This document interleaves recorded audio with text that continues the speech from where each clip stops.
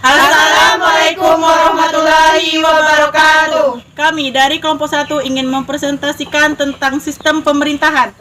Perkenalkan, nama saya Nurul Saropi. Perkenalkan, nama saya Tira. Perkenalkan, nama saya Intan Pramasari. Perkenalkan, nama saya Milia. Perkenalkan, nama saya Dewinda Febrianti. Perkenalkan, nama saya Desti Fitriani Puspitasari.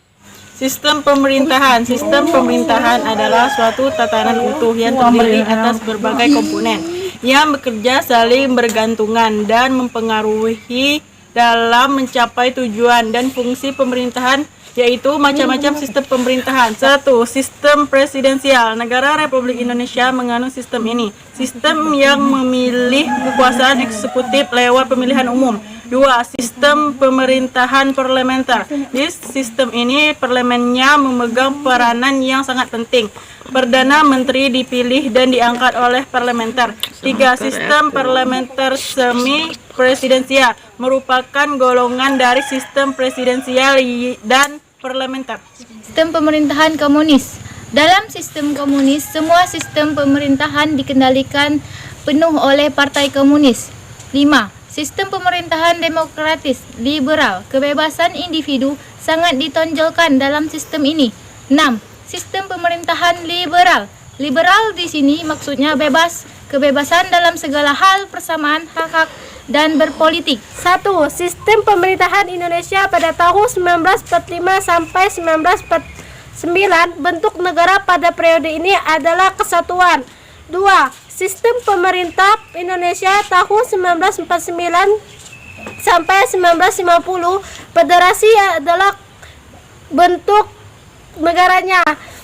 Republik adalah bentuk pemerintahannya. 3. Sistem pemerintah Indonesia tahun 1950 sampai 1959, kesatuan adalah bentuk negaranya. 5. Sistem pemerintahan Indonesia 1998 dengan saat ini dimulai sistem pemerintahan yang ini secara pastinya tanggal 21 Mei 1998, tepat pada saat ini runtuhnya pemerintahan Orde Baru.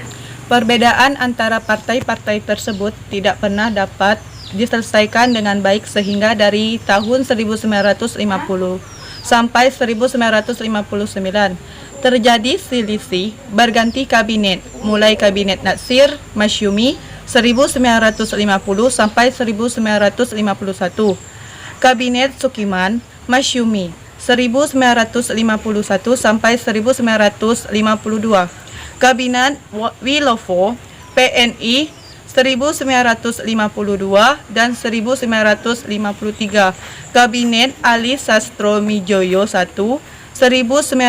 1953 sampai 1955, kabinet Barhudin Harap Masyumi 1955 sampai 1956, kabinet Ali Sastromijoyo II PNI 1956 sampai 1957 dan kabinet Juanda Zaken kabinet 1957 sampai 1959. Kabinet de Juanda merupakan zakon kabinet dengan beban tugas yang harus dijalankan adalah perjuangan membebaskan Irian Barat dan menghadapi keadaan ekonomi dan keuangan yang memburuk. Kabinet de Juanda untuk menyelesaikan tugasnya menyusun program kerja terdiri dari 5 pasal yang dikenal dengan Pancakarya, sehingga kabinetnya pun dikenal sebagai Kabinet Karya, yaitu sebagai berikut. 1. Membentuk Dewan Nasional. 2. Normalisasi keadaan Republik Indonesia. 3. Melanjutkan pembatalan KMB.